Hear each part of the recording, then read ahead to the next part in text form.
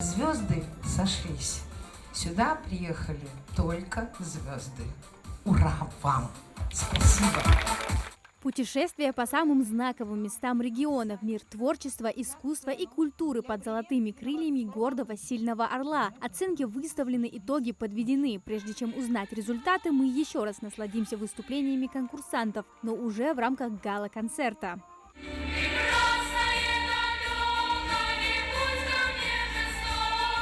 Прекрасное далеко, но благодаря фестивалю стало чуточку ближе. География участников в этом году как никогда широка. От Ярославля и Белгорода до Чебоксар и Тбилиси. Более 50 номеров были представлены в ключевых номинациях: хореография, вокал, академический вокал, инструментальное исполнительство и декоративно-прикладное искусство.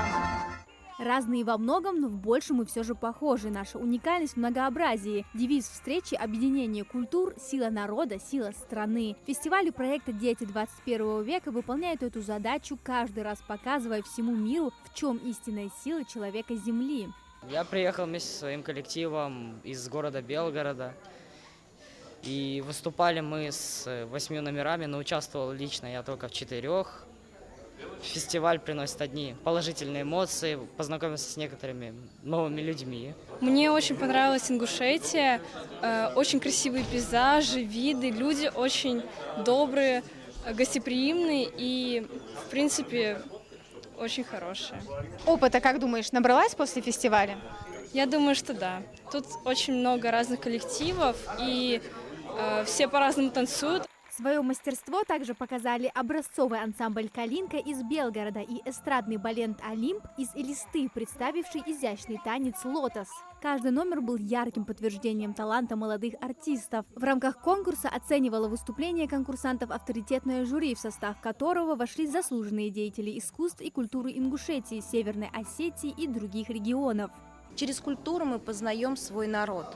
И когда организовываются фестивали, конкурсы, это та возможность соединить разных людей, регионы нашей страны, не только нашей страны, потому что в этот раз с нами Грузия, что очень приятно, да, вместе с Россией, и поделиться с друг другом. Да, мы с одной стороны соревнуемся на конкурсах, фестивалях, но с другой стороны мы делимся и друг друга обогащаем. «Золотой орел» – это невероятно полезный, нужный фестиваль, который показывает такой уровень участников, которые, вот, например, наши дети не могут нигде повидать. То есть, чтобы они это увидели, надо было бы ехать куда-то, ну, как минимум в столице нашей страны.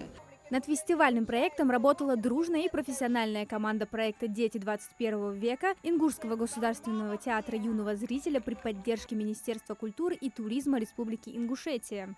Такие мероприятия, они особенно важны, поскольку это демонстрация консолидации, единства нашего многонационального народа России.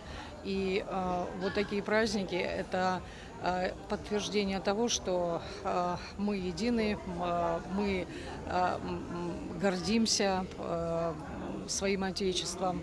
Фестиваль «Золотой орел» доказал, что является не просто конкурсом, а значимым событием, которое воспитывает новое поколение творцов. Проведение таких форумов в Ингушетии укрепляет культурный авторитет республики как одного из центров искусства и гостеприимства. Амина Зязикова, Султан Магушков, Магаз 24.